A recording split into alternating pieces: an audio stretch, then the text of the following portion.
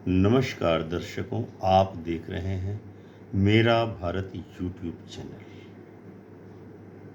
जब पत्रकार गणेश शंकर विद्यार्थी जैसे पत्रकार होते थे, तो वे अपने शब्दों से सत्ता को हिलाते थे।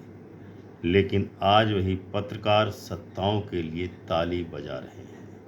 जी हाँ दोस्तों, एक वक्त था जब पत्रकार सरकार से सवाल पूछता था, और आज का वक्त है जब पत्रकार जनता से सवाल पूछता है।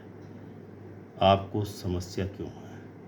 हाल ही में एएनआई की स्मृता प्रकाश को दिए गए इंटरव्यू में जी न्यूज और आज तक जैसे चैनलों से जुड़े हुए और अब वर्तमान में दूरदर्शन से जुड़े सुधीर चौधरी ने कहा कि भारत के लोगों ने टीवी पर न्यूज़ देखना बंद कर दिया है। उन्होंने इसके लिए गोदी मीडिया के पत्रकारों को जिम्मेदार ठहराया है। लेकिन सवाल ये है कि क्या सुधीर चौधरी ने खुद अपने गिरेबान में झांका? क्या वो भूल गए कि गोदी मीडिया शब्द उनकी पत्रकारिता की ही उपज है? भारत में टीवी न्यूज़ टीआरपी रिपोर्ट्स के अनुसार 2023-24 के दौरान न्यूज चैनलों की औसत व्यूअरशिप में लगभग 32% की गिरावट दर्ज की गई है। यह ब्रॉडकास्ट ऑडियंस रिसर्च काउंसिल यानी बार्क की रिपोर्ट कहती है।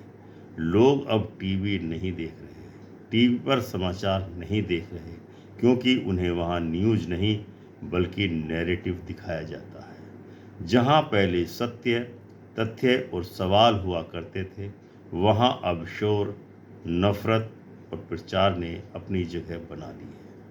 लोगों ने समझ लिया है कि टीवी पर जो चल रहा है वो न्यूज़ नहीं बल्कि न्यूज़ के वेश में एक अदाकारी पेश की जा रही है। जब सुधीर चौधरी कहते हैं कि लोग न्यूज़ से दूर हो गए हैं क्योंकि पत्रकार बिक गए हैं, तो सुनने में ये बात सही सी लगती है, पर विडंबना देखिए। यही सुधीर चौधरी 2016 में नोटबंदी के समय लाइव टीवी पर कह रहे थे कि प्रधानमंत्री मोदी जी का ये मास्टर स्ट्रोक भारत की अर्थव्यवस्था को नई दिशा देगा। इतना ही नहीं, उन्होंने 2000 के नोट में नैनो चिप होने जैसी अफवाहों को पूरे आत्मविश्वास के साथ राष्ट्र के नाम संदेश की तरह सुनाया। क्या है रियलिटी चेक? 2016 की नोटबंदी के बाद भारतीय रिजर्व बैंक की रिपोर्ट 2019 में कहा गया कि 99.3% पुरानी मुद्रा वापस बैंकिंग सिस्टम में लौट आई, यानी कि काला धन लगभग भारत में शून्य मिला। तो अब सवाल उठता है, क्या उस वक्त सुधीर चौधरी ने उस रिपोर्ट पर जनता से माफ़ी मांगी? जी नहीं, उन्होंने अपने उस कृत्य पर माफ़ी नहीं मांगी। उन्होंने तब सरकार के पक्ष में खड़े होकर के नोटबंदी की पॉलिसी को महिमा मंडित किया, और अब उन्हीं पत्रकारों को गोदी मीडिया कहकर दोष दे रहे हैं और अपने गिरेबान को बचा रहे हैं। जब जीएसटी लागू हुआ था, तो सुधीर चौधरी ने अपने शो डीएनए में कहा था, जीएसटी से छोटे व्यापारियों को लाभ होगा, टैक्स सिस्टम पारदर्शी बनेगा। लेकिन बाद में सीआईआई और फिक्की की रिपोर्ट आई कि छोटे और मझोले व्यापारियों पर जीएसटी के कंप्लायंस कोस्ट ने उनकी कमाई का औसतन 12% हिस्सा हड़प कर लिया है या खा लिया है। यह वही व्यापारी वर्ग था जिसे मीडिया ने मोदी जी का भक्त वर्ग कहकर के सराहा था। पर जब वही वर्ग आर्थिक मंदी से टूटा, तब इन पत्रकारों ने एक लाइन नहीं बोली और ना ही सरकार से कोई सवाल करने की हिम्मत दिखाई। गोदी मीडिया का जन्म और विकास। गोदी मीडिया शब्द की लोकप्रियता रवीश कुमार के एनडीटीवी के एक वायरल शो से शुरू हुई थी, पर असल में ये शब्द पैदा हुआ पत्रकारिता के पतन के दौर के रूप में। 2014 के बाद जब सत्ता से सवाल करने वाले पत्रकारों को देशद्रोही, टुकड़े टुकड़े गैंग कहा जाने लगा, तब सुधीर चौधरी, अर्नब गोस्वामी जैसे चेहरों ने टीवी को सरकारी प्रचार मशीनरी में तब्दील कर दिया। और अब वही चेहरा जब उनकी टीआरपी खत्म होने के कगार पर तो कहता है कि लोग न्यूज नहीं देख रहे। तो दरअसल वो अपनी ही पत्रकारिता के अंत की घोषणा कर रहा है सुधीर चौधरी। गणेश शंकर विद्यार्थी ने लिखा था कि पत्रकारिता का काम सत्ता के सुख गिनना नहीं, जनता के दुख गिनना है। जनता के दुखों की गिनती करना पत्रकारिता का काम है, पत्रकार का काम है। सरकार से सवाल पूछना पत्रकारिता का काम है। वो ब्रिटिश राज के खिलाफ कलम उठाते हुए मारे गए वो पत्रकार थे जो जनता की आवाज़ बने। सुधीर चौधरी और उनके जैसे पत्रकार उस पत्रकारिता से दूर ही नहीं बल्कि विपरीत ध्रुव पर, दूसरे ध्रुव पर बैठे हैं।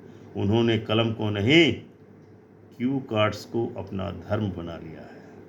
जहां विद्यार्थी कहते थे सत्य सर्वोपरि है, वहीं आज के पत्रकार कहते हैं गोदी मीडिया के सत्ता सर्वोपरि है। भारत में सिर्फ 24% लोगों को टीवी न्यूज़ चैनल पर विश्वास है। ये आंकड़ा 2013 में 51% था। यानी 10 साल में भरोसा गोदी मीडिया पर जनता का आधे से भी कम रह गया है। और यह भरोसा किसने तोड़ा? सुधीर चौधरी जैसे एंकरों ने, जो डीएनए ऑफ इंडिया के नाम पर प्रोपेगेंडा ऑफ पावर परोसते रहे। अब जनता न्यूज नहीं, साक्ष्य देखना चाहती है, सबूत देखना चाहती है, सत्य देखना चाहती है। इसीलिए यूट्यूब और ट्विटर, जो अब एक्स हो चुका है, और इंस्टाग्राम पर नए स्वतंत्र पत्रकार जैसे रवीश कुमार, अभिसार शर्मा, ध्रुव राठी और अजीत अंजुम जैसे पत्रकारों ने इस रिक्तता को भरने की अपनी तरफ से पूरी कोशिश की है। लोग अब जान चुके हैं कि पत्रकार का काम सरकार की तारीफ करना नहीं, सवाल पूछना है। जब सुधीर चौधरी ने खुद अपनी ही पोल खोल डाली, जब उन्होंने एएनआई को दिए इंटरव्यू में कहा कि लोग अब न्यूज से दूर जा रहे हैं क्योंकि उन्हें भरोसा नहीं रहा, तो उन्होंने अनजाने में ही अपनी ही पत्रकारिता का पोस्टमार्टम कर दिया। वो भूल गए कि भरोसा किसी सरकार ने नहीं, पत्रकार के ईमान से बनता है। अब पत्रकारिता स्टूडियो से नहीं, सड़क से लिखी जा रही है। आज हर व्यक्ति के पास मोबाइल कैमरा है। हर कोई अब विजिलेंट सिटीजन बन चुका है, जागरूक नागरिक बन चुका है। क्योंकि जब तक जागरूक नागरिक जिंदा है तभी तक भारत का संविधान जिंदा है। भारत का संविधान जिंदा होता है सजग नागरिकता से। और अब हर नागरिक विजिलेंट सिटीजन बन चुका है। जनता अब सिर्फ दर्शक नहीं, साक्षी और साक्षात्कारक दोनों है। सुधीर चौधरी का पछतावा असली नहीं है बल्कि उसकी साजिश है। सुधीर चौधरी का यह पछतावा वो सच्चा आत्ममंथन नहीं है बल्कि रीब्रांडिंग का प्रयास है।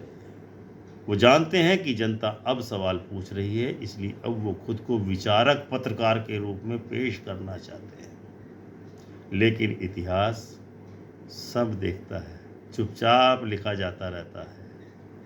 कैसे उन्होंने नोटबंदी को त्योहार, जीएसटी को क्रांति और हर नागरिक के सवाल को देशद्रोह बना दिया। अब वही पत्रकार जब कहते हैं कि जनता ने टीवी छोड़ दिया है, तो यह वक्त का सबसे बड़ा व्यंग है, एक मजाक है। पत्रकारिता की आत्मा सत्य में बसती है और जब पत्रकार सत्ता में बसने लगते हैं तो सत्य स्वयं निर्वासित हो जाता है और सड़कों पर घूमने लगता है।